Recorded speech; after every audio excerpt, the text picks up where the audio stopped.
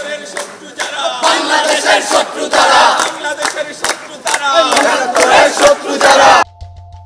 মানবতা বিরোধী অপরাধের মামলায় জামায়াত নেতা এটিএম আজহারুল ইসলামকে মৃত্যুদণ্ড থেকে খালাস দিয়েছেন আপিল বিভাগ। খালাসের রায়ের প্রতিবাদে বিক্ষোভ মিছিল করেন ঢাকা বিশ্ববিদ্যালয়ের বাম ছাত্র সংগঠনগুলোর নেতারা। ঢাকা বিশ্ববিদ্যালয়ের মধুর ক্যান্টিন থেকে শুরু হওয়া মিছিলে ছাত্র ইউনিয়ন, বিপ্লবী ছাত্র মৈত্রী, সমাজতান্ত্রিক ছাত্র ফ্রন্ট, গণতান্ত্রিক ছাত্র পরিষদ, ছাত্র ফেডারেশনের নেতাকর্মীরা অংশ নেন। এই সময় তারা ৭১-এ মানবতা বিরোধী অপরাধে অভিযুক্ত রাজাকার ও যুদ্ধাপরাধীদের বিরুদ্ধে বিভিন্ন স্লোগান দেন।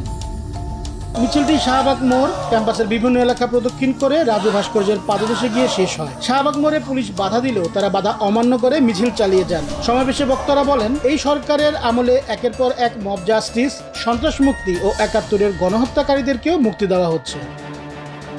তৌকির আহমেদ, বাংলা টিভি।